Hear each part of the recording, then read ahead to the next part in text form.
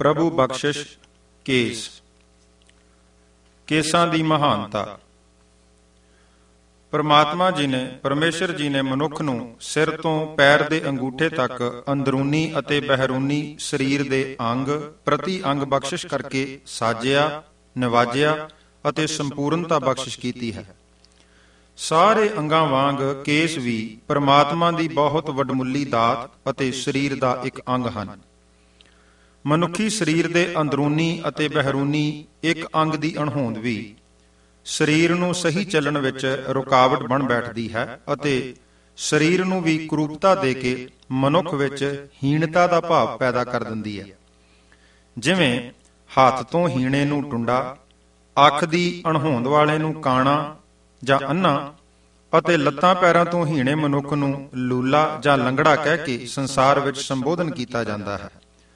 ਤਿਵੇਂ ਹੀ ਸਰੀਰ ਦਾ ਅੰਗ ਜੋ ਕੇਸ ਹਨ, ਸਿਰ ਦੇ ਕੇਸਾਂ ਤੋਂ ਹੀਣੇ ਮਨੁੱਖ ਨੂੰ ਗੰਜਾ ਅਤੇ ਦਾੜੀ ਦੇ ਕੇਸਾਂ ਦੀ ਅਣਹੋਂਦ ਵਾਲੇ ਨੂੰ ਖੋਦਾ ਕਹਿ ਕੇ ਪੁਕਾਰਿਆ ਜਾਂਦਾ ਹੈ।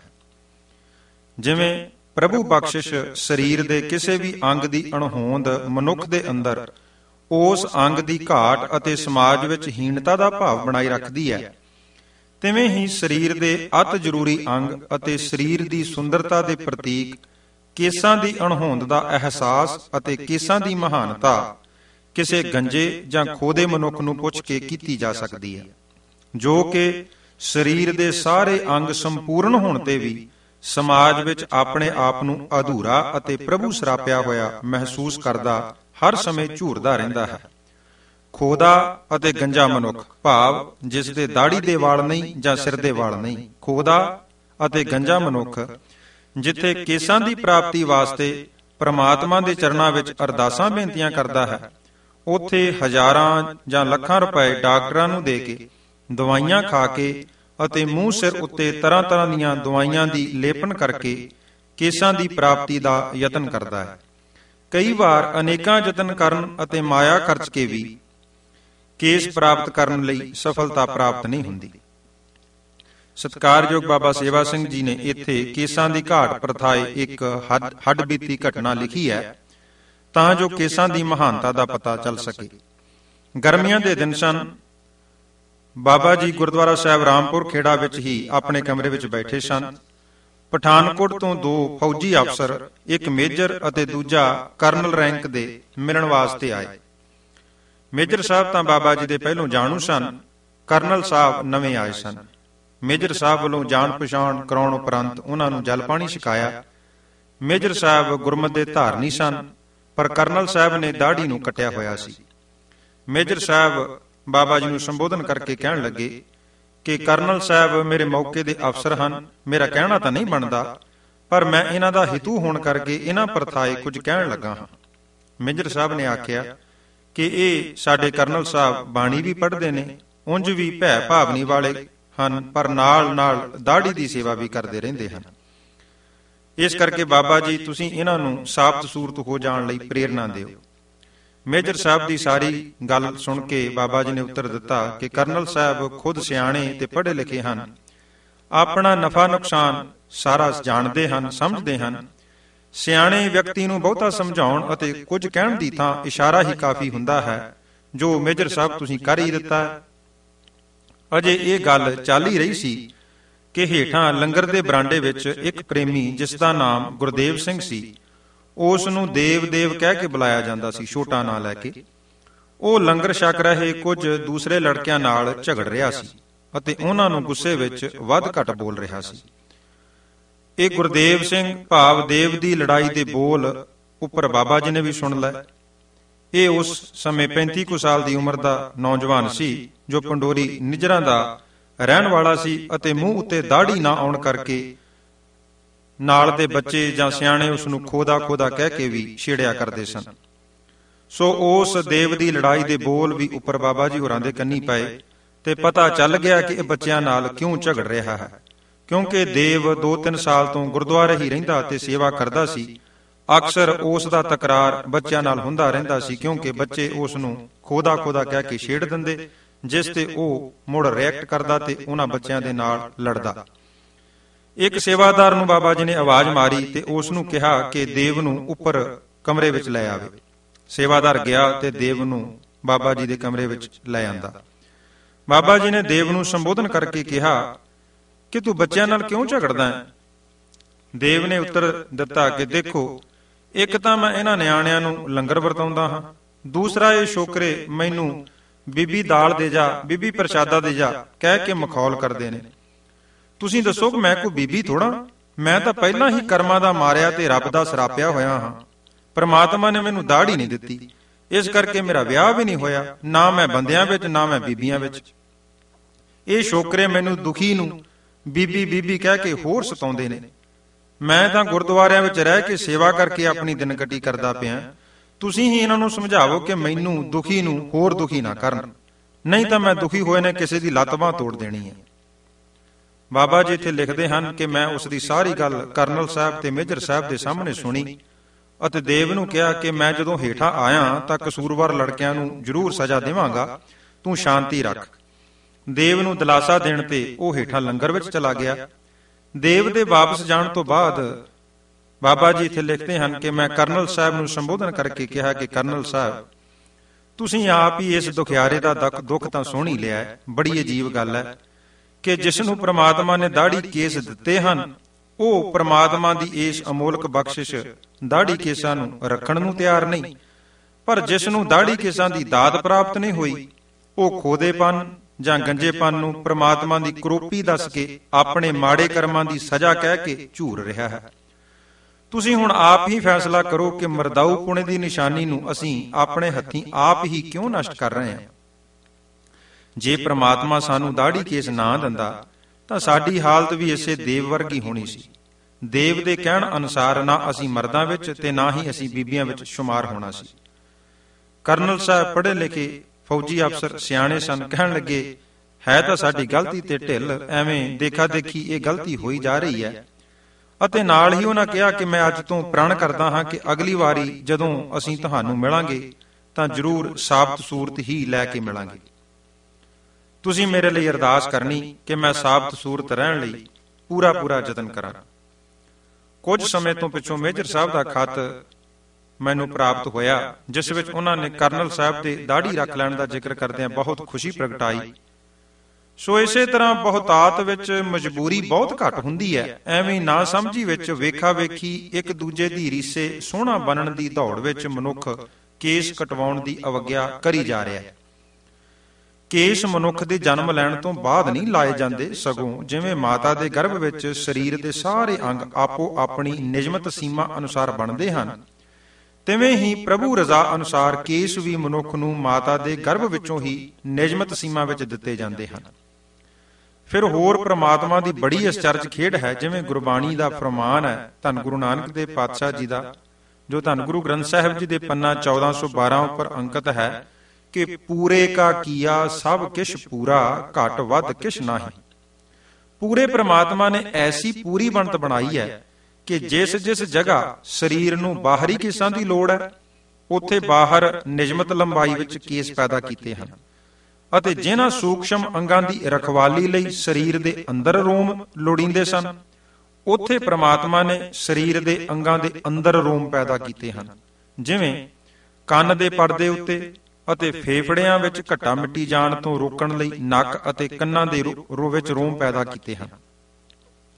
ਮਰਦ ਦੇ ਮੂੰਹ ਉੱਤੇ ਦਾੜੀ ਅਤੇ ਸਿਰ ਉੱਤੇ ਕੇਸ ਪ੍ਰਮਾਤਮਾ ਨੇ ਦਿੱਤੇ ਹਨ, ਪਰ ਬੀਬੀਆਂ ਨੂੰ ਕੇਵਲ ਸਿਰ ਉੱਪਰ ਹੀ ਕੇਸ ਦਿੱਤੇ ਹਨ। ਇਹ ਪ੍ਰਭੂ ਦੀ ਆਪਣੀ ਰਜ਼ਾ ਹੈ। ਜਿਹੜਾ ਅਲਪ ਬੁੱਧੀ ਨਾਲ ਪ੍ਰਭੂ ਰਜ਼ਾ ਦੇ ਉਲਟ ਚੱਲਦਾ ਵੀ ਹੈ, ਉਸ ਨੂੰ ਸਫਲਤਾ ਨਹੀਂ ਮਿਲਦੀ।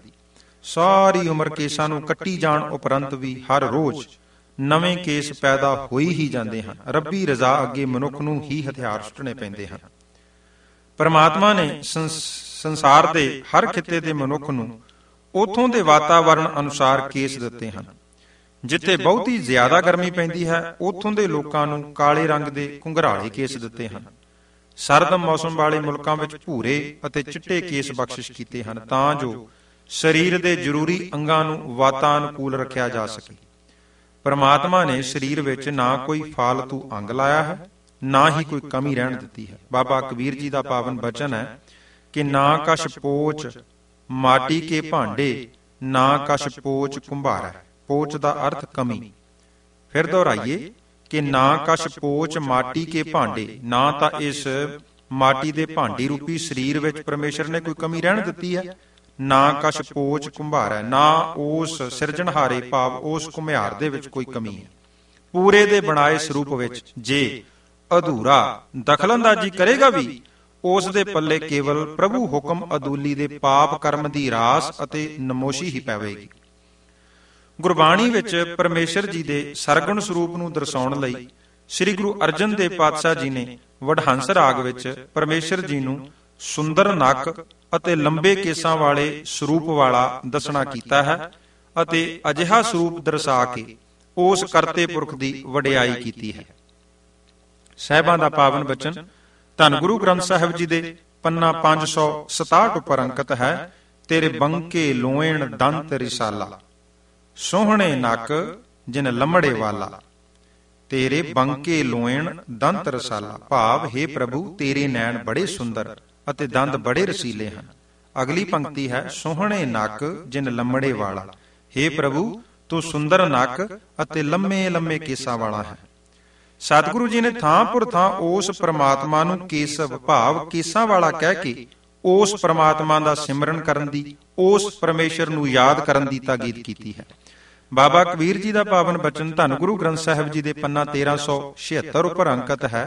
ਕਬੀਰ केसो केसो कुकीऐ ना सोईऐ आसार। कबीर केसो केसो कुकीऐ ना सोईऐ आसार, रात दिवस के कूकने कबहू के सुनै पुकार। आवागमन ਦੇ ਚੱਕਰ ਤੋਂ ਛੁਟਕਾਰੇ ਲਈ ਬਾਬਾ ਨਾਮਦੇਵ ਜੀ ਨੇ ਸਾਨੂੰ ਸੁੰਦਰ ਕੇਸਾਂ ਧਾਰੀ ਪ੍ਰਭੂ ਦੇ ਚਰਨਾਂ ਵਿੱਚ ਬੇਨਤੀ ਕਰਨ ਲਈ ਅਗਵਾਈ ਦਿੱਤੀ ਹੈ। ਇਹ ਬੇਨਤੀ ਧਨਾਸਰੀ ਰਾਗ ਵਿੱਚ ਧੰਨ ਗੁਰੂ ਗ੍ਰੰਥ ਸਾਹਿਬ ਜੀ ਦੇ ਪੰਨਾ 693 ਉੱਪਰ ਅੰਕਿਤ ਹੈ। ਕੇਸਵਾ ਬਚਾਉਣੀ ਅਈਏ ਮਈਏ ਏਕ ਆਨ ਜੀਓ।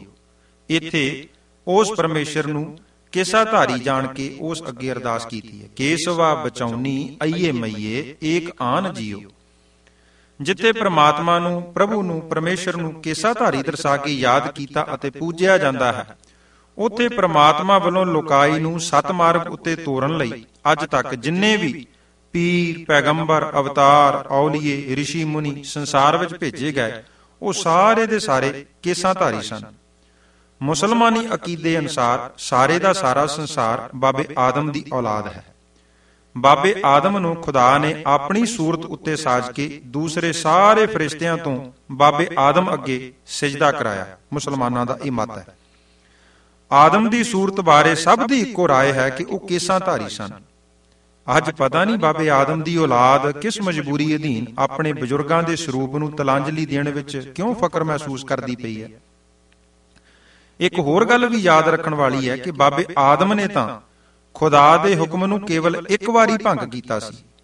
ਜਿਵੇਂ ਕਿ ਪੁਰਾਤਨ ਘਟਨਾ ਹੁੰਦੀ ਹੈ, ਬਾਬੇ ਆਦਮ ਨੇ ਤਾਂ ਖੁਦਾ ਦੇ ਹੁਕਮ ਨੂੰ ਕੇਵਲ ਇੱਕ ਵਾਰ ਭੰਗ ਕੀਤਾ, ਜਿਸ ਦਾ ਸਿੱਟਾ ਉਸ ਨੂੰ ਅਰਸ਼ ਤੋਂ ਫਰਸ਼ ਉੱਪਰ ਆਉਣਾ ਪਿਆ। ਪਰ ਜਿਹੜੇ ਪ੍ਰਭੂ ਦੇ ਹੁਕਮ ਦੀ ਬਾਰ-ਬਾਰ ਹਰ ਰੋਜ਼ ਹੀ ਉਲੰਘਣਾ ਕਰਦੇ ਨੇ, ਇਸ ਉਲੰਘਣਾ ਕਰਨ ਦਾ ਫਲ ਉਹਨਾਂ ਨੂੰ ਕੀ ਮਿਲੇਗਾ, ਇਹ ਕਰਤਾਰ ਹੀ ਜਾਣਦਾ। ਗੁਰਮਤਿ ਦੇ ਫਿਲਾਸਫਰ ਪ੍ਰੋਫੈਸਰ ਪੂਰਨ ਸਿੰਘ ਜੀ, ਉਹਨਾਂ ਨੇ ਆਪਣੀ ਰਚਨਾ ਵਿੱਚ ਸਪਸ਼ਟ ਜਿਹੇ ਸ਼ਬਦਾਂ ਵਿੱਚ ਅੰਕਿਤ ਕੀਤਾ ਹੈ ਕਿ ਕੇਸ ਅਤੇ ਕਕਾਰ ਸਿੱਖ ਨੇ ਕਿਉਂ ਰੱਖਣੇ ਹਨ। ਕੋਈ ਦਲੀਲ ਜਾਂ ਤਰਕ ਵਿਤਰਕ ਨਹੀਂ, ਬਸ ਕੇਸ ਅਤੇ ਕਕਾਰ ਸਾਨੂੰ ਕਰਤਾਰ ਅਤੇ ਗੁਰੂ ਵੱਲੋਂ ਦਿੱਤੇ ਹੋਏ ਅਮੋਲਕ ਤੋਹਫੇ ਹਨ। ਪ੍ਰੋਫੈਸਰ ਸਾਹਿਬ ਲਿਖਦੇ ਨੇ ਕਿ ਇੱਥੇ ਕੋਈ ਦਲੀਲ ਜਾਂ ਤਰਕ ਵਿਤਰਕ ਨਹੀਂ, ਬਸ ਕੇਸ ਅਤੇ ਕਕਾਰ ਸਾਨੂੰ ਕਰਤਾਰ ਅਤੇ ਗੁਰੂ ਵੱਲੋਂ ਬਖਸ਼ਿਸ਼ ਕੀਤੇ ਅਮੋਲਕ ਤੋਹਫੇ ਹਨ। ਇਹਨਾਂ ਅਮੋਲਕ ਤੋਹਫਿਆਂ ਨੂੰ ਅਸੀਂ ਬੜੇ ਪਿਆਰ ਅਤੇ ਸਤਿਕਾਰ ਨਾਲ ਸਾਂਭ ਕੇ ਰੱਖਦੇ ਹਾਂ, ਕਿਉਂਕਿ ਇਹ ਸਾਨੂੰ ਉਸ ਨੇ ਆਪ ਦਿੱਤੇ ਹਨ, ਜੋ ਸਾਡੇ ਸੁਹਾਗ ਦੀ ਨਿਸ਼ਾਨੀ ਹੈ। ਪਿਆਰੇ ਦੀਆਂ ਦਿੱਤੀਆਂ ਸੁਗਾਤਾਂ ਸਾਨੂੰ ਪਿਆਰੀਆਂ ਲੱਗਣੀਆਂ ਚਾਹੀਦੀਆਂ ਹਨ ਤੇ ਲੱਗਦੀਆਂ ਹਨ। ਪੁਰਾਤਨ ਸਮਿਆਂ ਵਿੱਚ ਤਾਂ ਬ੍ਰਾਹਮਣ ਨੂੰ ਪ੍ਰਾਣ ਦੰਡ ਦੇ ਬਦਲੇ ਉਸ ਦਾ ਸਿਰ ਮੂੰਹ ਮੁੰਨ ਕੇ ਪ੍ਰਾਣ ਦੰਡ ਤੋਂ ਵੀ ਵੱਧ ਸਜ਼ਾ ਦਿੱਤੀ ਜਾਂਦੀ ਸੀ। ਜਿਵੇਂ ਕਿ ਪੁਰਾਤਨ ਸ਼ਲੋਕ ਆਉਂਦਾ ਹੈ ਕਿ ਮੂੰਡਿਅੰ ਪ੍ਰਾਣਿਤ ਕੋ ਦੰਡੋ ਬ੍ਰਾਹਮਣਸ ਵਿਧੀਯਤੇ। ਪਰ ਅੱਜ ਪ੍ਰਾਣ ਦੰਡ ਤੋਂ ਬਿਨਾਂ ਹੀ ਆਪਣੀ ਜੇਬ ਵਿੱਚੋਂ ਪੈਸੇ ਖਰਚ ਕੇ ਸਿਰ ਮੂੰਹ ਮੁਨਵਾਏ ਜਾਂਦੇ ਹਨ। ਅਤੇ ਇਹ ਦੰਡ ਕਿਸ ਮਜਬੂਰੀ ਅਧੀਨ ਲਿਆ ਜਾਂਦਾ ਹੈ, ਕੋਈ ਪਤਾ ਨਹੀਂ। ਕਿਸ ਮਜਬੂਰੀ ਅਧੀਨ ਇੰਨੀ ਵੱਡੀ ਸਜ਼ਾ ਦੇ ਭਾਗੀ ਬਣਿਆ ਜਾ ਰਿਹਾ ਹੈ, ਇਹ ਤਾਂ ਸਿਰ ਮੂੰਹ ਮਨਾਉਣ ਵਾਲੇ ਹੀ ਦੱਸ ਸਕਦੇ ਹਨ। ਸਤਿਗੁਰੂ ਕਲਗੀਧਰ ਪਾਤਸ਼ਾਹ ਧੰਨ ਗੁਰੂ ਗੋਬਿੰਦ ਸਿੰਘ ਸਾਹਿਬ ਜੀ ਨੇ ਤਾਂ ਪ੍ਰਭੂ ਬਖਸ਼ਿਸ਼ ਕੇਸਾਂ ਨੂੰ ਆਪਣੀ ਮੋਹਰ ਦਰਸਾ ਕੇ ਸਾਬਤ ਸੂਰਤ ਰਹਿਣ ਦੀ ਤਕੀਦ ਕੀਤੀ ਹੈ। ਪੁਰਾਤਨ ਹੁਕਮਨਾਮਿਆਂ ਵਿੱਚੋਂ ਕਾਬਲ ਦੀ ਸੰਗਤ ਪ੍ਰਥਾਏ ਸਤਿਗੁਰੂ ਗੁਰੂ ਗੋਬਿੰਦ ਸਿੰਘ ਸਾਹਿਬ ਪਾਤਸ਼ਾਹ ਜੀ ਦਾ ਇੱਕ ਹੁਕਮਨਾਮਾ ਹੈ। ਉਸ ਵਿੱਚ ਗੁਰਦੇਵ ਜੀ ਨੇ ਇਸ ਪ੍ਰਕਾਰ ਆਪਣੀ ਪਾਵਨ ਕਲਮ ਤੋਂ ਲਿਖਿਆ ਹੈ, ਇੱਕ ਓੰਕਾਰ ਸਤਿਗੁਰੂ ਜੀ ਸਹਾਇ, ਸਰਬੱਤ ਸੰਗਤ ਕਾਬਲ ਗੁਰੂ ਰੱਖੇਗਾ। ਤੁਸਾਂ ਉੱਤੇ ਅਸਾਡੀ ਬਹੁਤ ਖੁਸ਼ੀ ਹੈ। ਤੁਸਾਂ ਖੰਡੇ ਦਾ ਅੰਮ੍ਰਿਤ ਪੰਜਾਂ ਤੋਂ ਲੈਣਾ, ਕੇਸ ਰੱਖਣੇ, ਕੇਸ ਰੱਖਣੇ ਇਹ ਸਾਡੀ ਮੋਹਰ ਹੈ। ਕਸ਼ ਕਿਰਪਾਨ ਦਾ ਵਿਸਾਹ ਨਹੀਂ ਕਰਨਾ, ਸਰਬਲੋਹ ਦਾ ਕੜਾ ਹੱਥ ਰੱਖਣਾ, ਦੋਨੋਂ ਵਕਤ ਕੇਸਾਂ ਦੀ ਪਾਲਣਾ ਕਰਨੀ, ਸਰਬੱਤ ਸੰਗਤ ਅਭਾਖਿਆ ਦਾ ਕੁੱਠਾ ਖਾਵੈ ਨਾਹੀ, ਤਮਾਕੂ ਨਾ ਵਰਤਣਾ, ਭਾਦਨੀ ਤਥਾ ਕੰਨਿਆ ਮਾਰਨ ਵਾਲੇ ਸੇ ਮਿਲਾਪ ਨਾ ਰੱਖੇ। ਭਾਦਨੀ ਭਾਵ ਸਿਰ ਮੂੰਹ ਮਨਾਉਣ ਵਾਲਾ, ਭਾਦਨੀ ਤਥਾ ਕੰਨਿਆ ਮਾਰਨ ਵਾਲੇ ਸੇ ਮਿਲਾਪ ਨਾ ਰੱਖੇ। ਗੁਰਬਾਣੀ ਪੜ੍ਹਨੀ, ਵਾਹਿਗੁਰੂ ਵਾਹਿਗੁਰੂ ਜਪਣਾ, ਗੁਰੂ ਕੀ ਰਹਿਤ ਰੱਖਣੀ। ਇਹ ਕਲਗੀਧਰ ਪਾਤਸ਼ਾਹ ਜੀ ਦਾ ਕਾਬਲ ਦੀ ਸੰਗਤ ਪ੍ਰਥਾਏ ਹੁਕਮਨਾਮਾ ਹੈ। ਭਾਈ ਮਰਦਾਨਾ ਜੀ ਨੂੰ ਜਦੋਂ ਉਹਨਾਂ ਦੇ ਸੁਪੁੱਤਰ ਨੂਰ ਨੇ ਪੁੱਛਿਆ ਕਿ ਅੱਬਾ ਜਾਨ, ਤੁਸੀਂ ਸਾਰੀ ਉਮਰ ਵਲੀ ਅੱਲਾ ਬਾਬਾ ਨਾਨਕ ਜੀ ਦੀ ਹਜ਼ੂਰੀ ਵਿੱਚ ਰਹੇ ਹੋ, ਇਸ ਲਈ ਮੈਨੂੰ ਵੀ ਕੋਈ ਸਿੱਖ ਮਤ ਦਿਓ, ਤਾਂ ਭਾਈ ਮਰਦਾਨਾ ਜੀ ਨੇ ਕਿਹਾ ਕਿ ਪੁੱਤਰਾ, 3 ਬਾਤਾਂ ਤੂੰ ਕਰ। ਇੱਕ, ਸਿਰ ਉੱਤੇ ਕੇਸ ਰੱਖਣੇ। ਦੂਜਾ, ਪਿਛਲੀ ਰਾਤੀ ਸਤਨਾਮ ਦਾ ਜਾਪ ਕਰਨਾ। ਤੀਸਰਾ ਇਹ ਕਿ ਆਂਦੀ ਜਾਂਦੀ ਸਾਧ ਸੰਗਤ ਦੀ ਟਹਿਲ ਸੇਵਾ ਕਰਨੀ। ਤਿੰਨੇ ਬਚਨ ਨੂਰ ਨੇ ਮੰਨ ਕੇ ਪਿਤਾ ਅਤੇ ਪ੍ਰਮਾਤਮਾ ਦੀ ਖੁਸ਼ੀ ਪ੍ਰਾਪਤ ਕੀਤੀ। 20ਵੀਂ ਸਦੀ ਦਾ ਮਹਾਨ ਵਿਦਵਾਨ ਅਤੇ ਲੋਕਪ੍ਰਿਯ ਲਿਖਾਰੀ, ਜਿਸ ਨੇ ਸਮੁੱਚੀ ਮਨੁੱਖਤਾ ਦਾ ਇਤਿਹਾਸ 20 ਜਲਦਾਂ ਵਿੱਚ ਲਿਖਿਆ ਹੈ, ਉਸ ਮਿਸਟਰ ਧਿਆਨਵੀ ਨੂੰ ਇੱਕ ਅਮਰੀਕਨ ਇਸਤਰੀ ਨੇ ਇੱਕ ਵਾਰੀ ਪੁੱਛਿਆ ਕਿ ਤੁਸੀਂ ਸੰਸਾਰ ਦੇ ਸਾਰੇ ਲੋਕਾਂ ਪ੍ਰਥਾਏ ਖੋਜ ਕੀਤੀ ਹੈ ਅਤੇ ਇੱਕ ਫਿਰਕੇ ਅਤੇ ਵੱਖ-ਵੱਖ ਜਾਤਾਂ ਦੇ ਬੰਦਿਆਂ ਨੂੰ ਤੁਸੀਂ ਮਿਲੇ ਹੋ। ਤੁਸੀਂ ਉਹਨਾਂ ਦੀਆਂ ਵੱਖ-ਵੱਖ ਰੀਤਾਂ, ਰਿਵਾਜਾਂ ਅਤੇ ਧਾਰਮਿਕ ਫਲਸਫੇ ਨੂੰ ਵੀ ਜਾਣਿਆ ਤੇ ਸਮਝਿਆ ਅਤੇ ਉਹਨਾਂ ਪ੍ਰਥਾਏ ਲਿਖਿਆ ਵੀ ਹੈ। ਕੀ ਤੁਸੀਂ ਦੱਸ ਸਕਦੇ ਹੋ ਕਿ ਸੰਸਾਰ ਵਿੱਚ ਸਭ ਤੋਂ ਸੋਹਣਾ ਮਨੁੱਖ ਕੌਣ ਹੈ? ਤਾਂ ਮਿਸਟਰ ਧਿਆਨਵੀ ਨੇ ਇੱਕਦਮ ਉੱਤਰ ਦਿੱਤਾ, ਖੁੱਲੀ ਦਾੜੀ ਵਾਲਾ ਪੂਰਨ ਗੁਰਸਿੱਖ। ਸਵਾਲ ਕਰਤਾ ਔਰਤ ਮਿਸਟਰ ਧਿਆਨਵੀ ਦਾ ਉੱਤਰ ਸੁਣ ਕੇ ਹੈਰਾਨ ਹੋਈ ਤੇ ਨਾਲ ਹੀ ਇੱਕ ਹੋਰ ਸਵਾਲ ਕਰ ਮਾਰਿਆ ਕਿ ਇਹ ਵੀ ਦੱਸ ਦਿਓ ਕਿ ਦੁਨੀਆ ਵਿੱਚ ਸਭ ਤੋਂ ਬਦਸੂਰਤ ਇਨਸਾਨ ਕਿਹੜਾ ਹੈ? ਤਾਂ ਮਿਸਟਰ ਧਿਆਨਵੀ ਨੇ ਉਸ ਔਰਤ ਦੇ ਸਵਾਲ ਦੇ ਉੱਤਰ ਵਿੱਚ ਕਿਹਾ ਕਿ ਉਹ ਸਿੱਖ ਬਦਸੂਰਤ ਹੈ ਜਿਸ ਨੇ ਆਪਣੇ ਕੇਸ ਦਾੜੀ ਮੁੰਨਵਾ ਦਿੱਤੇ ਹਨ। ਇਸ ਰੱਬੀ ਸੁੰਦਰਤਾ ਅਤੇ ਬਖਸ਼ਿਸ਼ ਦੀ ਖਾਤਰ ਹੀ ਸਤਿਗੁਰਾਂ ਅਤੇ ਗੁਰੂ ਕੇ ਸਿੱਖਾਂ ਨੇ ਆਪਣੇ ਤਨ ਉੱਤੇ ਅਸਹਿ ਅਤੇ ਅਕਹਿ ਕਸ਼ਟ ਝੱਲ ਲਏ, ਪਰ ਸਾਬਤ ਸੂਰਤ ਨੂੰ ਤਲਾਂਜਲੀ ਨਹੀਂ ਦਿੱਤੀ। 5 ਅਤੇ 7 ਸਾਲ ਦੇ ਬਾਬਾ ਜੋਰਾਵਰ ਸਿੰਘ ਜੀ, ਬਾਬਾ ਫਤਿਹ ਸਿੰਘ ਜੀ ਨੇ ਜਿਉਂਦੇ ਜੀ ਨੀਹਾਂ ਵਿੱਚ ਚੁਣਵਾਏ ਜਾਣ ਦੀ ਸਜ਼ਾ ਨੂੰ ਖਿੜੇ ਮੱਥੇ ਪ੍ਰਵਾਨ ਕਰਕੇ ਸਿੱਖੀ ਕੇਸਾਂ ਸਵਾਸਾਂ ਨਾਲ ਨਿਭਾ ਦਿੱਤੀ। ਇਸੇ ਸਾਬਤ ਸੂਰਤ ਦੀ ਖਾਤਰ ਭਾਈ ਤਾਰੂ ਸਿੰਘ ਜੀ ਨੇ ਖੋਪਰੀ ਲਵਾ ਲਈ, ਭਾਈ ਮਨੀ ਸਿੰਘ ਜੀ ਨੇ ਬੰਦ ਕਟਵਾ ਲਿਆ, ਭਾਈ ਮਤੀ ਦਾਸ ਜੀ ਨੇ ਤਨ ਨੂੰ 2 ਫਾੜ ਕਰਵਾ ਲਿਆ, ਭਾਈ ਦਿਆਲ ਦਾਸ ਜੀ ਨੂੰ ਦੇਗ ਵਿੱਚ ਉਬਾਲ ਦਿੱਤਾ ਗਿਆ, ਭਾਈ ਸ਼ਬੇਕ ਸਿੰਘ, ਭਾਈ ਸ਼ਾਬਾਜ ਸਿੰਘ ਜੀ ਨੂੰ ਚਰਖੜੀਆਂ ਉੱਤੇ ਚੜ੍ਹਨਾ ਪ੍ਰਵਾਨ ਕਰ ਲਿਆ, ਪਰ ਸਾਬਤ ਸੂਰਤ ਸਿੱਖੀ ਵਿੱਚ ਭੰਗ ਨਹੀਂ ਪੈਣ ਦਿੱਤਾ। ਇਸ ਸਾਬਤ ਸੂਰਤ ਦੀ ਖਾਤਰ ਹੀ ਬੀਬੀਆਂ ਨੇ ਮੀਰ ਮਨੂ ਦੀ ਜੇਲ੍ਹ ਅੰਦਰ 1.25 ਮਣ ਅਨਾਜ ਚੱਕੀਆਂ ਵਿੱਚ ਪੀਸਿਆ, ਬੱਚਿਆਂ ਦੇ ਟੋਟੇ ਕਰਵਾ ਲਏ, ਪਰ ਧਰਮ ਨਹੀਂ ਹਾਰਿਆ ਅਤੇ ਇਸ ਸੂਰਤ ਨੂੰ ਸਾਬਤ ਰੱਖਿਆ। ਇਸੇ ਸਾਬਤ ਸੂਰਤ ਦੀ ਖਾਤਰ ਸਾਡੇ ਬਜ਼ੁਰਗਾਂ ਨੇ ਘਰਾਂ ਦੇ ਸੁੱਖ ਆਰਾਮ ਤਿਆਗ, ਜੰਗਲਾਂ ਵਿੱਚ ਭੁੱਖਣ ਭਾਣੇ ਰਹਿ ਕੇ ਦਿਨ ਕੱਢੀ ਕਰਨੀ ਤਾਂ ਪ੍ਰਵਾਨ ਕਰ ਲਈ, ਪਰ ਸਾਬਤ ਸੂਰਤ ਰੱਬ ਦੀ ਭੰਨੇ ਬੇਈਮਾਨ ਦੇ ਭਾਗੀ ਨਹੀਂ ਬਣੇ, ਸਗੋਂ ਪ੍ਰਭੂ ਬਖਸ਼ਿਸ਼ ਕੇਸਾਂ ਦਾ ਅੰਤਲੇ ਸਵਾਸਾਂ ਤੱਕ ਸਾਥ ਨਿਭਾਇਆ। ਐਸੇ ਸਤਿਕਵਾਨਾਂ ਵੱਲ ਹੀ ਇਸ਼ਾਰਾ ਕਰਕੇ ਸਤਿਗੁਰੂ ਗੁਰੂ ਗੋਬਿੰਦ ਸਿੰਘ ਜੀ ਨੇ ਬਚਨ ਕੀਤਾ ਸੀ ਕਿ ਇਨ ਪੁੱਤਰਨ ਕੇ ਸੀਸ ਪਰ ਵਾਰ ਦੀਏ ਸੁਤ ਚਾਰ ਮੂਏ ਤੋਂ ਕਿਆ ਹੁਆ, ਜੀਵਤ ਲੱਖ ਹਜ਼ਾਰ। ਸਤਿਗੁਰਾਂ ਨੇ ਆਪਣੇ ਬਿੰਦੀ ਲਖਤੇ ਜਿਗਰ ਪੁੱਤਰ ਉੱਪਰ ਸਾਡੇ ਉੱਪਰੋਂ ਵਾਰ ਕੇ ਸਾਨੂੰ ਆਪਣੇ ਨਾਦੀ ਪੁੱਤਰ ਬਣਾਇਆ। ਅੱਜ ਅਸੀਂ ਬਾਬੇ ਫਰੀਦ ਜੀ ਦੇ ਕਥਨ ਅਨੁਸਾਰ ਕਿ ਆਪਨੜੇ ਗਿਰੀਵਾਨ ਮੈਂ ਸਿਰ ਨੀਵਾ ਕਰ ਦੇਖ ਦੀ ਕਾਰ ਕਰਨੀ ਹੈ, ਕਿ ਅਸੀਂ ਅੱਜ ਗੁਰੂ ਕੇ ਪੁੱਤਰ ਪੁੱਤਰੀਆਂ ਬਣ ਗਏ ਹਾਂ? ਕਿ ਸਾਡਾ ਚਿਹਰਾ ਮੋਹਰਾ ਬਾਬਾ ਅਜੀਤ ਸਿੰਘ ਜੀ, ਬਾਬਾ ਜੁਝਾਰ ਸਿੰਘ ਜੀ, ਬਾਬਾ ਜੋਰਾਵਰ ਸਿੰਘ ਜੀ, ਬਾਬਾ ਫਤਿਹ ਸਿੰਘ ਜੀ ਅਤੇ ਕਲਗੀਧਰ ਪਿਤਾ ਜੀ ਨਾਲ ਮਿਲਦਾ ਹੈ, ਜਿਨ੍ਹਾਂ ਦਾ ਸਰੂਪ ਗੁਰੂ ਨਾਲ ਮਿਲਦਾ ਹੈ, ਜੋ ਗੁਰੂ ਦੇ ਆਦਰਸ਼ਾਂ ਅਸੂਲਾਂ ਦੇ ਧਾਰਨੀ ਹਨ, ਉਹਨਾਂ ਨੂੰ ਸਿਰ ਨਿਭਦਾ ਹੈ। ਜੋ ਗੁਰੂ ਬਖਸ਼ੇ ਅਸੂਲਾਂ ਅਤੇ ਪ੍ਰਭੂ ਸਰੂਪ ਨੂੰ ਤਿਲਾਂਜਲੀ ਦੇ ਰਹੇ ਨੇ, ਉਹਨਾਂ ਨੂੰ ਆਪਣੇ ਹਿਰਦੇ ਅੰਦਰ ਝਾਤੀ ਮਾਰ ਕੇ, ਆਪਣੜੇ ਗਰੀਵਾਨ ਵਿੱਚ ਝਾਤੀ ਮਾਰ ਕੇ ਆਪਾ ਪੜਚੋਲਣ ਦੀ ਲੋੜ ਹੈ ਕਿ ਜਿਸ ਰਸਤੇ ਨੂੰ ਅਸੀਂ ਅਪਣਾ ਲਿਆ ਕਿ ਸਾਡੇ ਲਈ ਲਾਭਕਾਰੀ ਹੈ ਜਾਂ ਨੁਕਸਾਨਦੇਹ ਹੈ। ਆਪਾਂ ਆਪਣਾ ਭਲਾ ਬੁਰਾ ਸੋਚਣਾ ਹੈ, ਦੇਖਾ ਦੇਖੀ ਭੇਡ ਚਾਲ ਦੇ ਧਾਰਨੀ ਨਹੀਂ ਬਣਨਾ, ਅਸੀਂ ਗੁਰੂ ਚਾਲੀ ਦੇ ਧਾਰਨੀ ਬਣਨਾ ਹੈ। ਸਤਿਗੁਰੂ ਜੀ ਸਾਨੂੰ ਆਵਾਜ਼ਾਂ ਮਾਰ ਮਾਰ ਕੇ ਸਾਵਧਾਨ ਕਰਦੇ ਪਏ ਨੇ ਕਿ ਗੁਰਸਿੱਖ ਮੀਤ ਚਲੋ ਗੁਰ ਚਾਲੀ, ਗੁਰਸਿੱਖ ਮੀਤ ਚਲੋ ਗੁਰ ਚਾਲੀ, ਜੋ ਗੁਰ ਕਹੈ ਸੋਈ ਭਲ ਮਾਨੋ, ਹਰ ਹਰ ਕਥਾ ਨਿਰਾਲੀ। ਇਸ ਦੇ ਧਾਰਨੀ ਬਣੋ, ਐਵੇਂ ਦੁਨੀਆ ਦੇ ਮਗਰ ਲੱਗ ਕੇ ਆਪਣਾ ਦੀਨ ਦੁਨੀ ਦਾ ਵਿਗਾੜ ਨਾ ਕਰੋ। ਬਾਬਾ ਕਬੀਰ ਜੀ ਦੇ ਕਥਨ ਅਨੁਸਾਰ ਆਪਣੇ ਪੈਰਾਂ ਉੱਪਰ ਕੁਹਾੜਾ ਮਾਰ ਕੇ ਮੂਰਖ ਜਾਂ ਗਾਫਲ ਨਾ ਬਣੋ। ਬਾਬਾ ਕਬੀਰ ਜੀ ਦਾ ਪਾਵਨ ਬਚਨ ਹੈ, ਜੋ ਧੰਨ ਗੁਰੂ ਗ੍ਰੰਥ ਸਾਹਿਬ ਜੀ ਦੇ ਪੰਨਾ 1365 ਉੱਪਰ ਅੰਕਿਤ ਹੈ ਕਿ ਕਬੀਰ ਦੀਨ ਗਵਾਇਆ ਦੁਨੀ ਸਿਉ, ਦੁਨੀ ਨਾ ਚਾਲੀ ਸਾਥ, ਪਾਏ ਕੁਹਾੜਾ ਮਾਰਿਆ ਗਾਫਲ ਆਪਣੇ ਹਾਥ। ਗਾਫਲ ਅਤੇ ਮੂਰਖ ਨੂੰ ਲੋਕ ਹਮੇਸ਼ਾ ਨਫ਼ਰਤ ਨਾਲ, ਨੀਵੀਂ ਨਿਗਾਹ ਨਾਲ ਵੇਖਦੇ ਹਨ। ਕੋਈ ਵੀ ਉਸ ਨੂੰ ਚੰਗਾ ਨਹੀਂ ਕਹਿੰਦਾ। ਸਿਆਣਾ ਉਹ ਹੈ ਜੋ ਗੁਰੂ ਪੀਰਾਂ ਅਤੇ ਸਿਆਣਿਆਂ ਦੀ ਸਿੱਖਿਆ ਦਾ ਧਾਰਨੀ ਬਣਦਾ ਹੈ। ਕੈਸੀ ਸਾਬਤ ਸੂਰਤ ਦੀ ਬਰਕਤ ਹੈ ਜਿਸ ਮਨੁੱਖ ਦੇ ਸਿਰ ਉੱਤੇ ਕੇਸ ਅਤੇ ਦਸਤਾਰ ਸੁਸ਼ੋਭਿਤ ਹੋਵੇ, ਮੂੰਹ ਉੱਤੇ ਸੁੰਦਰ ਦਾੜਾ ਹੋਵੇ। ਐਸੇ ਸਾਬਤ ਸੂਰਤ ਮਨੁੱਖ ਨੂੰ ਹਰ ਕੋਈ ਸਰਦਾਰ ਜੀ ਕਹਿ ਕੇ ਸੰਬੋਧਨ ਕਰਦਾ ਹੈ, ਭਾਵੇਂ ਉਹ ਕਿਸੇ ਜਾਤ ਕਿਸੇ ਕੌਮ ਨਾਲ ਸੰਬੰਧ ਰੱਖਦਾ ਹੋਵੇ। ਕੇਸ ਦਾੜੀ ਦਸਤਾਰ ਦੀ ਬਦੌਲਤ ਸੰਸਾਰ ਦਾ ਹਰ ਮਨੁੱਖ ਉਸ ਨੂੰ ਸਰਦਾਰ ਜੀ ਕਹਿ ਕੇ ਸਤਿਕਾਰ ਨਾਲ ਬੁਲਾਉਂਦਾ ਹੈ। ਦੂਸਰੇ ਪਾਸੇ ਸਾਬਤ ਸੂਰਤ ਤੋਂ ਵਿਹੂਣਾ ਮਨੁੱਖ ਭਾਵੇਂ ਕਿੰਨਾ ਵੀ ਅਮੀਰ ਅਤੇ ਉੱਚ ਜਾਤੀਆ ਕਿਉਂ ਨਾ ਹੋਵੇ, ਉਸ ਨੂੰ ਬਾਊ ਜੀ, ਭਈਆ ਜੀ ਜਾਂ ਚੌਧਰੀ ਹੀ ਕਿਹਾ ਜਾਵੇਗਾ। ਉਹ ਕਦੇ ਵੀ ਸਰਦਾਰ ਜੀ ਨਹੀਂ ਕਹਿਲਾ ਸਕਦਾ।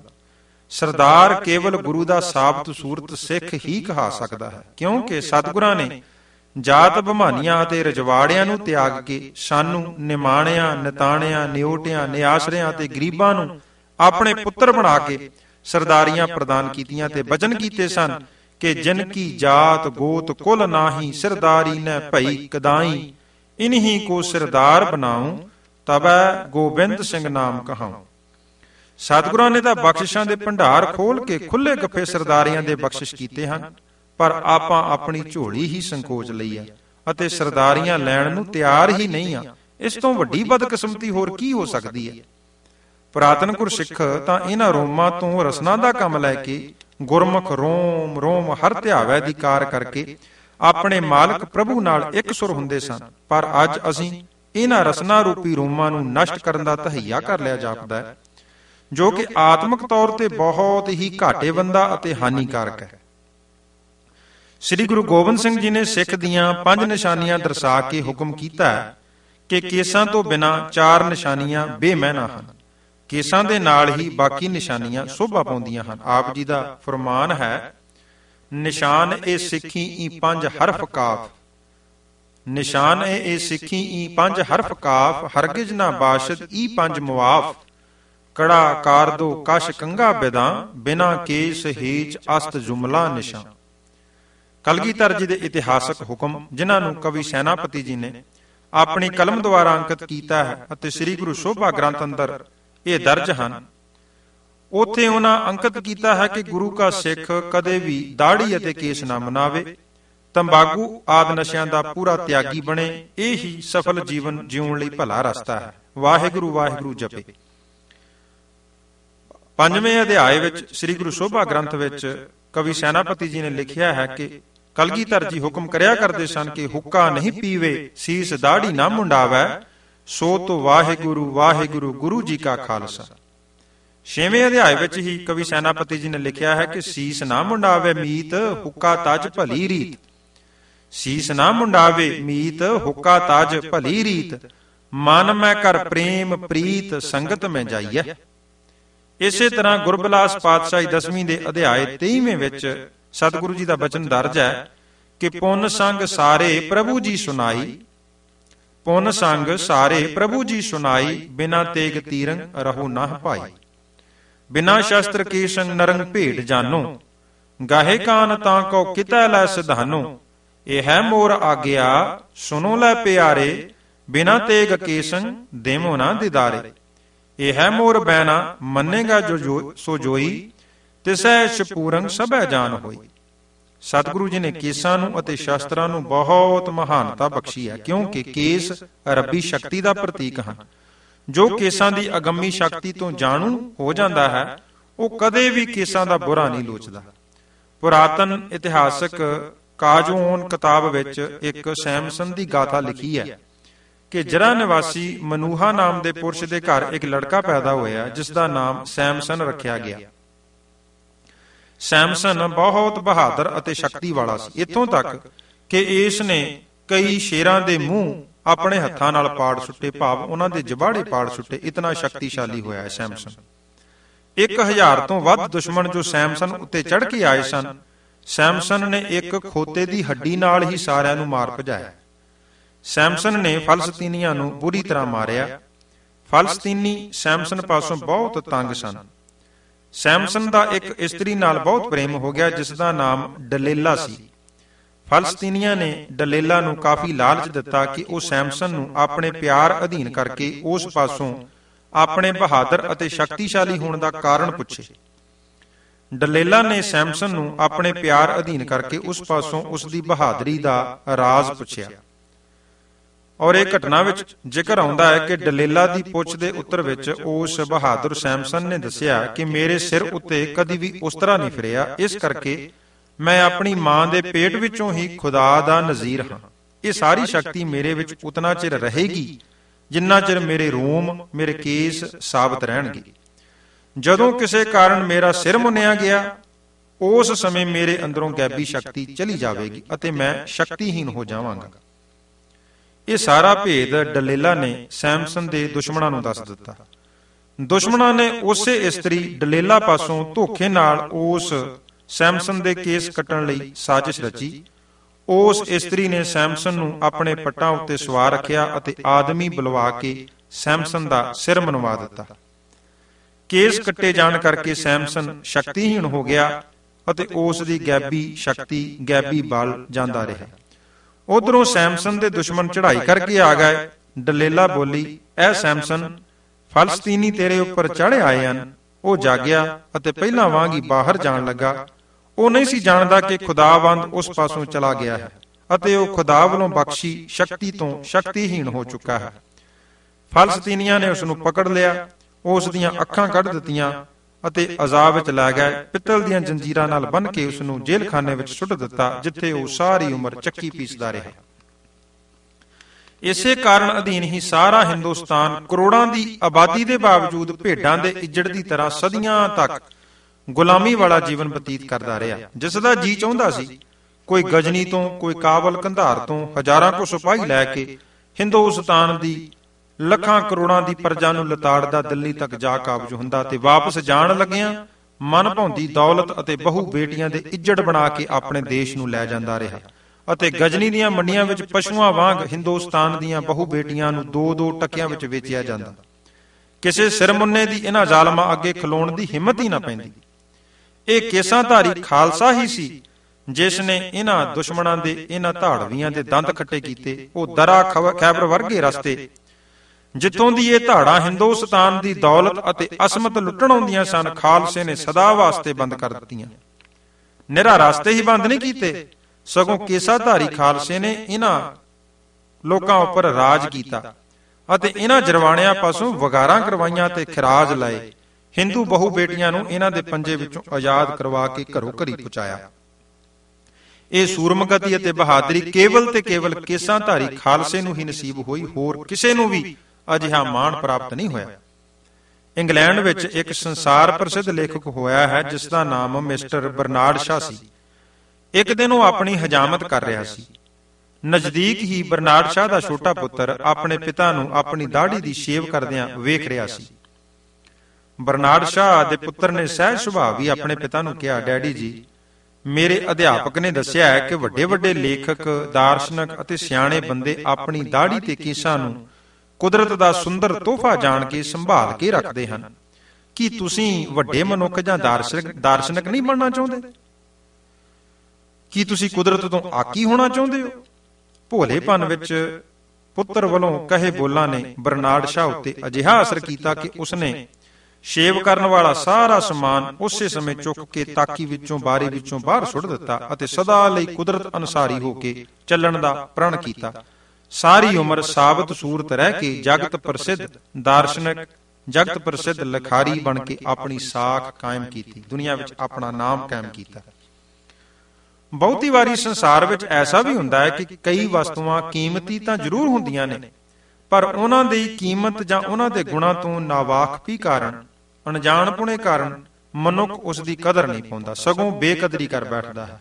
ਇਸੇ ਕਰਕੇ ਬਾਬਾ ਕਬੀਰ ਜੀ ਨੇ ਗੁਰਬਾਣੀ ਵਿੱਚ ਬਚਨ ਕੀਤਾ ਹੈ ਕਿ ਨਹੀਂ ਪਟਣ, ਨਹੀਂ ਪਾਰਖੂ, ਨਹੀਂ ਗਾਹਕ, ਨਹੀਂ ਮੋਲ। ਪਰ ਜਿਸ ਨੂੰ ਪਰਮੇਸ਼ਰ ਨੇ ਕੀਮਤੀ ਵਸਤੂ ਦੀ ਪਰਖ ਅਤੇ ਗੁਣਾਂ ਦੀ ਸੂਝ-ਬੂਝ ਬਖਸ਼ਿਸ਼ ਕੀਤੀ ਹੁੰਦੀ ਹੈ, ਉਹ ਉਸ ਵਸਤੂ ਦੀ ਕਦਰ ਵੀ ਕਰਦਾ ਹੈ ਅਤੇ ਕੀਮਤੀ ਜਾਣ ਕੇ ਉਸ ਨੂੰ ਸਾਂਭ ਕੇ ਰੱਖਦਾ ਹੈ। ਕੇਸਾਂ ਦੀ ਕੀਮਤ ਦਾ ਜਾਣੂ ਸੀ ਪੀਰ ਬੁੱਧੂ ਸ਼ਾਹ, ਜਿਸ ਨੇ ਭੰਗਾਣੀ ਦੇ ਯੁੱਧ ਵਿੱਚ ਸਤਿਗੁਰੂ ਕਲਗੀਧਰ ਧੰਨ ਗੁਰੂ ਗੋਬਿੰਦ ਸਿੰਘ ਸਾਹਿਬ ਜੀ ਦਾ ਸਾਥ ਦਿੱਤਾ। ਭੰਗਾਣੀ ਦੇ ਯੁੱਧ ਵਿੱਚ ਪੀਰ ਬੁੱਧੂ ਸ਼ਾਹ ਜੀ ਦੇ 2 ਜਵਾਨ ਪੁੱਤਰ ਅਤੇ ਕਈ 100 ਮੁਰੀਦ ਸ਼ਹੀਦ ਹੋ ਗਏ। ਯੁੱਧ ਜਿੱਤਣ ਤੋਂ ਉਪਰੰਤ ਸਤਿਗੁਰੂ ਜੀ ਪਾਉਂਟਾ ਸਾਹਿਬ ਦੀ ਪਾਕ ਪਵਿੱਤਰ ਧਰਤੀ ਉੱਪਰ ਪਧਾਰੇ। ਸਾਹਿਬਾਂ ਨੇ ਦਰਬਾਰ ਲਾਇਆ ਅਤੇ ਸਿੰਘਾਂ ਦੀ ਸੂਰਬੀਰਤਾ ਦੀ ਪ੍ਰਸ਼ੰਸਾ ਕੀਤੀ ਅਤੇ ਸਭ ਨੂੰ ਜਥਾਜੋਗ ਬਖਸ਼ਿਸ਼ਾਂ ਕੀਤੀਆਂ। ਪੀਰ ਬੁੱਧੂ ਸ਼ਾਹ ਜੀ ਦੀ ਕੁਰਬਾਨੀ ਵੀ ਸਾਹਿਬਾਂ ਦੀ ਨਜ਼ਰ ਵਿੱਚ ਪ੍ਰਵਾਨ ਹੋ ਚੁੱਕੀ ਸੀ। ਸਤਿਗੁਰੂ ਜੀ ਨੇ ਪੀਰ ਬੁੱਧੂ ਸ਼ਾਹ ਜੀ ਨੂੰ ਕੋਲ ਸੱਦਿਆ, ਪਿਆਰ ਦਿੱਤਾ, ਅਸੀਸਾਂ ਨਾਲ ਉਹਨਾਂ ਦੀ ਝੋਲੀ ਭਰੀ ਤੇ ਬਚਨ ਕੀਤਾ, ਪੀਰ ਜੀਓ, ਆਪ ਜੀ ਦੀ ਬਹੁਤ ਵੱਡੀ ਕੁਰਬਾਨੀ ਹੈ, ਆਪ ਕੁਝ ਮੰਗੋ। ਪੀਰ ਜੀ ਦੀਆਂ ਅੱਖਾਂ ਵਿੱਚ ਅਥਰੂ ਆ ਗਏ, ਗਲਾ ਪਿਆਰ ਨਾਲ ਭਰ ਗਿਆ। ਹੱਥ ਜੋੜ ਕੇ ਸਾਹਿਬਾਂ ਦੇ ਕਲਗੀਧਰ ਦੇ ਚਰਨਾਂ ਉੱਪਰ ਨਮਸਕਾਰ ਕਰਕੇ ਬੇਨਤੀ ਕੀਤੀ, ਪਾਤਸ਼ਾਹ, ਜੇ ਤਰੁੱਠੇ ਹੋ ਤੇ ਆਪਣੇ ਮੁਬਾਰਕ ਕੇਸ ਕੰਘੇ ਸਮੇਤ ਮੈਨੂੰ ਬਖਸ਼ਿਸ਼ ਕਰ ਦਿਓ। ਬਚਨ ਕੀਤਾ ਕਿ ਪਾਤਸ਼ਾਹ ਜੀਓ, ਸਤਿਗੁਰੂ ਜੀਓ, ਜੇ ਤਰੁੱਠੇ ਹੋ ਤਾਂ ਆਪਣੇ ਮੁਬਾਰਕ ਕੇਸ ਇਸ ਕੰਘੇ ਸਮੇਤ ਹੀ ਮੈਨੂੰ ਬਖਸ਼ਿਸ਼ ਕਰ ਦਿਓ, ਤਾਂ ਜੋ ਇਹਨਾਂ ਕੇਸਾਂ ਵਿੱਚੋਂ ਹਮੇਸ਼ਾ ਆਪ ਜੀ ਦੇ ਦੀਦਾਰ ਕਰਦਾ ਰਹਾ, ਆਪ ਜੀ ਦੇ ਦਰਸ਼ਨ ਕਰਦਾ ਰਹਾ। ਸਤਿਗੁਰੂ ਜੀ ਨੇ ਤਰੁੱਠ ਕੇ ਪੀਰ ਬੁੱਧੂ ਸ਼ਾਹ ਜੀ ਦੀ ਮੰਗ ਪੂਰੀ ਕੀਤੀ, ਜਿਸ ਨੂੰ ਪੀਰ ਜੀ ਨੇ ਸੋਨੇ ਦੀ ਡੱਬੀ ਵਿੱਚ ਬੜੇ ਅਦਬ ਤੇ ਸਤਿਕਾਰ ਨਾਲ ਜੀਵਨ ਪ੍ਰਯੰਤ ਰੱਖਣਾ ਕੀਤਾ ਅਤੇ ਅੰਮ੍ਰਿਤ ਵੇਲੇ ਉੱਠ ਕੇ ਸ਼ੌਚ ਇਸ਼ਨਾਨ ਕਰ ਗੁਰੂ ਬਖਸ਼ਿਸ਼ ਸਾਹਿਬਾਂ ਦੇ ਕੇਸਾਂ ਅਤੇ ਕੰਘੇ ਦੇ ਦਰਸ਼ਨ ਦਿਦਾਰੇ ਕਰਕੇ ਉਹਨਾਂ ਵਿੱਚੋਂ ਗੁਰੂ ਨਿਸ਼ਾਨੀਆਂ ਵਿੱਚੋਂ ਆਪਣਾ ਮਾਲਕ ਦੇ ਦੀਦਾਰ ਕਰਕੇ ਗਦ-ਗਦ ਹੁੰਦੇ ਰਹੇ। ਇਹ ਸੀ ਕੇਸਾਂ ਦੀ ਕਦਰ ਵਾਲੇ ਗੁਰਮੁਖ ਪਿਆਰੇ। ਕੇਸਾਂ ਦੀ ਕਦਰ ਸੀ ਭਾਈ ਨੰਦ ਲਾਲ ਜੀ ਨੂੰ, ਜਿਨ੍ਹਾਂ ਨੇ ਸ਼ਾਹੀ ਦਰਬਾਰ ਦੀ ਨੌਕਰੀ ਛੱਡ ਕੇ ਪ੍ਰਭੂ ਬਖਸ਼ਿਸ਼ ਸਾਬਤ ਸੂਰਤ ਨੂੰ ਸਵਾਸਾਂ ਤੱਕ ਨਿਭਾਉਣ ਲਈ ਸਾਹਿਬ ਕਲਗੀਧਰ ਜੀ ਦੀ ਸ਼ਰਨ ਲਈ ਅਤੇ ਗੁਰੂ ਹੁਕਮ ਵਿੱਚ ਸੇਵਾ ਕਰਕੇ ਗੁਰੂ ਨਦਰ ਵਿੱਚ ਪ੍ਰਵਾਨ ਚੜ ਸਿੰਘ ਸਜੇ ਅਤੇ ਆਪਣਾ ਜੀਵਨ ਸਫਲ ਕੀਤਾ। ਭਾਈ ਨੰਦ ਲਾਲ ਜੀ ਨੂੰ ਕਲਗੀਧਰ ਜੀ ਦੇ ਇੱਕ ਕੇਸ ਦੀ ਤਾਰ ਵਿੱਚ, ਭਾਵ ਇੱਕ ਕੇਸ ਵਿੱਚੋਂ ਦੁਨੀਆ ਤੇ ਦੁਨੀਆ ਬੱਝੇ ਹੋਏ ਨਜ਼ਰੀ ਪਏ। ਕਲਗੀਧਰ ਜੀ ਦੇ ਇੱਕ ਕੇਸ ਦੀ ਤਾਰ ਵਿੱਚ ਦੀਨ ਅਤੇ ਦੁਨੀਆ ਬੱਝੇ ਹੋਏ ਨਜ਼ਰੀ ਪਏ ਅਤੇ ਇੱਕ ਅਮੋਲਕ ਕੇਸ ਦਾ ਮੁੱਲ ਦੋਵੇਂ ਜਹਾਨਾਂ ਦੀ ਦੌਲਤ ਵੀ ਕਮ ਪ੍ਰਤੀਤ ਹੋਈ, ਘੱਟ ਪ੍ਰਤੀਤ ਹੋਈ। ਅਤੇ ਉਹਨਾਂ ਆਪਣੀ ਗਜ਼ਲ ਵਿੱਚ ਲਿਖਣਾ ਕੀਤਾ ਕਿ ਦੀਨ ਦੁਨੀਆ ਦਰ ਕਮੰਦੇ ਆਂ ਪਰੀ ਰੁਖਸਾਰ ਮਾਂ, ਦੀਨ ਦੁਨੀਆ ਦਰ ਕਮੰਦੇ ਆਂ ਪਰੀ ਰੁਖਸਾਰ ਮਾਂ, ਹਰ ਦੋ ਆਲਮ ਕੀਮਤੇ ਯਕ ਤਾਰ ਮੂਏ ਯਾਰ ਮਾਂ। ਇਹ ਸਨ ਗੁਰਮੁਖ ਪਿਆਰੇ ਜਿਨ੍ਹਾਂ ਨੂੰ ਕੇਸਾਂ ਦੀ ਕਦਰ ਸੀ। ਕੇਸਾਂ ਦੀ ਕਦਰ ਸੀ ਭਾਈ ਤਾਰੂ ਸਿੰਘ ਜੀ ਨੂੰ, ਜਿਨ੍ਹਾਂ ਨੇ ਸੰਸਾਰ ਦੇ ਸੁਖ, ਆਰਾਮ, ਧਨ ਦੌਲਤ ਅਤੇ ਉੱਚ ਅਹੁਦੇ ਲੈਣ ਤੋਂ ਇਨਕਾਰ ਕਰਕੇ ਨਵਾਬ ਜ਼ਕਰੀਆ ਖਾਨ ਨੂੰ ਕਹਿ ਦਿੱਤਾ ਸੀ ਕਿ ਐ ਖਾਨ, ਮੈਂ ਸਾਬਤ ਸੂਰਤ ਦਾ ਤਿਆਗ ਕਰਕੇ ਦੀਨ ਇਸਲਾਮ ਨੂੰ ਕਦਾਚਿਤ ਨਹੀਂ ਕਬੂਲ ਕਰ ਸਕਦਾ, ਕਿਉਂਕਿ ਜਿਸ ਦੀਨ ਨੂੰ ਕਬੂਲਣ ਨਾਲ ਖੁਦਾ ਦੀ ਕਰੋਪੀ ਦਾ ਸਾਹਮਣਾ ਕਰਨਾ ਪਵੇ ਅਤੇ ਮਨੁੱਖ ਪਰਲੋਕ ਵਿੱਚ ਸਜ਼ਾ ਦਾ ਭਾਗੀ ਬਣੇ, ਐਸੇ ਧਰਮ ਦਾ ਮੈਂ ਕਦੇ ਵੀ ਧਾਰਨੀ ਨਹੀਂ ਬਣੇਗਾ, ਭਾਵੇਂ ਮੈਨੂੰ ਤੂੰ ਆਪਣਾ ਸਾਰਾ ਰਾਜ ਭਾਗ ਵੀ ਕਿਉਂ ਨਾ ਦੇ ਦੇਵੇਂ। ਅੱਗੋਂ ਜ਼ਕਰੀਆ ਖਾਨ ਨੇ ਗੁੱਸੇ ਵਿੱਚ ਭਾਈ ਤਾਰੂ ਸਿੰਘ ਜੀ ਨੂੰ ਕਿਹਾ ਕਿ ਇਸਲਾਮ ਕਰਨ ਨਾਲ ਮਨੁੱਖ ਸਜ਼ਾ ਦਾ ਭਾਗੀ ਬਣਦਾ ਹੈ। ਤਦ ਭਾਈ ਤਾਰੂ ਸਿੰਘ ਜੀ ਨੇ ਬਾਅਦ ਦਲੀਲ ਉੱਤਰ ਦਿੱਤਾ ਕਿ ਖਾਨ, ਜੇ ਤੁਸੀਂ ਕੋਈ ਬਗੀਚਾ ਲਾਵੋ ਜਾਂ ਕੋਈ ਇਮਾਰਤ ਬਣਾਵੋ, ਜਿਹੜਾ ਤੁਹਾਡੀ ਲਾਈ ਹੋਈ ਬਗੀਚੀ ਨੂੰ, ਉਸਾਰੀ ਹੋਈ ਇਮਾਰਤ ਨੂੰ ਭੰਨੇਗਾ ਜਾਂ ਤੋੜੇਗਾ ਜਾਂ ਬਰਬਾਦ ਕਰੇਗਾ, ਤਾਂ ਤੁਸੀਂ ਉਸ ਨਾਲ ਸਲੂਕ ਕੀ ਕਰੋਗੇ? ਜ਼ਕਰੀਆ ਨੇ ਗੁੱਸੇ ਵਿੱਚ ਆ ਕੇ ਬਾਰੋਬ ਕਿਹਾ ਕਿ ਜਿਹੜਾ ਮੇਰੀ ਲਾਈ ਬਗੀਚੀ ਨੂੰ ਜਾਂ ਮੇਰੇ ਵੱਲੋਂ ਬਣਾਈ ਇਮਾਰਤ ਨੂੰ ਭੰਨੇਗਾ ਜਾਂ ਤੋੜੇਗਾ, ਮੈਂ ਉਸ ਨੂੰ ਦੰਡ ਦੇ ਕੇ ਸਦਾ ਲਈ ਜੇਲ੍ਹ ਦੀ ਕਾਲ ਕੋਠੜੀ ਵਿੱਚ ਬੰਦ ਕਰ ਦਿਆਂਗਾ। ਤੇ ਭਾਈ ਤਾਰੂ ਸਿੰਘ ਜੀ ਮੁਸਕਰਾਏ ਤੇ ਖਾਨ ਨੂੰ ਕਹਿਣ ਲੱਗੇ, ਤੇ ਜਿਹੜਾ ਖੁਦਾ ਦੀ ਬਣਾਈ ਹੋਈ ਸਾਬਤ ਸੂਰਤ ਨੂੰ ਭੰਨੇਗਾ ਜਾਂ ਤੋੜੇਗਾ, ਤੇ ਕੀ ਖੁਦਾ ਉਸ ਨੂੰ ਦੰਡ ਨਹੀਂ ਦੇਵੇਗਾ? ਬਿਲਕੁਲ ਦੰਡ ਮਿਲੇਗਾ। ਜ਼ਕਰੀਆ ਖਾਨ ਨੇ ਭਾਈ ਤਾਰੂ ਸਿੰਘ ਜੀ ਦੇ ਮੂੰਹੋਂ ਸਚਾਈ ਦੇ ਸ਼ਬਦ ਸੁਣੇ ਅਤੇ ਨਿਰੁੱਤਰ ਹੋ ਕੇ ਸ਼ਰਮਿੰਦਗੀ ਮਹਿਸੂਸ ਕੀਤੀ ਤੇ ਗੁੱਸੇ ਵਿੱਚ ਭਰੇ ਪੀਤੇ ਨੇ ਭਾਈ ਤਾਰੂ ਸਿੰਘ ਜੀ ਦੀ ਸਾਬਤ ਸੂਰਤ ਨੂੰ ਖਤਮ ਕਰ ਦੇਣ ਦਾ ਹੁਕਮ ਸੁਣਾ ਦਿੱਤਾ। ਭਾਈ ਤਾਰੂ ਸਿੰਘ ਜੀ ਦੀ ਦ੍ਰਿੜਤਾ ਨੂੰ ਫਲ ਲੱਗਾ। ਆਪ ਦੇ ਕੇਸ ਲੋਹ ਦੀਆਂ ਤਾਰਾਂ ਸਮਾਨ ਹੋ ਗਏ, ਉਹਨਾਂ ਨੂੰ ਕੈਂਚੀ ਵੀ ਕੱਟ ਨਾ ਸਕੀ। ਸ਼ਰਮਸਾਰ ਹੋਏ ਜ਼ਕਰੀਆ ਖਾਨ ਨੇ ਜਲਾਦ ਮੋਚੀ ਨੂੰ ਸੱਦ ਕੇ ਆਪ ਜੀ ਦੀ ਖੋਪਰੀ ਸਿਰ ਤੋਂ ਜੁਦਾ ਕਰ ਦੇਣ ਦਾ ਹੁਕਮ ਦਿੱਤਾ। ਭਾਈ ਤਾਰੂ ਸਿੰਘ ਜੀ ਨੇ ਇਸ ਅਸਹਿ ਦੁੱਖ ਨੂੰ ਸਹਾਰਦੇ ਹੋਏ ਆਪਣੇ ਦ੍ਰਿੜ ਇਰਾਦੇ ਨੂੰ ਪੂਰਾ ਕਰਕੇ ਸਤਿਗੁਰੂ ਜੀ ਦੇ ਬਚਨਾਂ ਦੀ ਕਮਾਈ ਕਰਕੇ ਪ੍ਰਭੂ ਪਰਮੇਸ਼ਰ ਦੀ ਪ੍ਰਸੰਨਤਾ ਪ੍ਰਾਪਤ ਕੀਤੀ, ਪਰ ਸਾਬਤ ਸੂਰਤ ਵਿੱਚ ਭੰਗ ਨਹੀਂ ਪੈਣ ਦਿੱਤਾ। ਇਹ ਉਹ ਸਨ ਗੁਰਮੁਖ ਪਿਆਰੇ ਜਿਨ੍ਹਾਂ ਨੂੰ ਸੀ ਕੇਸਾਂ ਦੀ ਕਦਰ।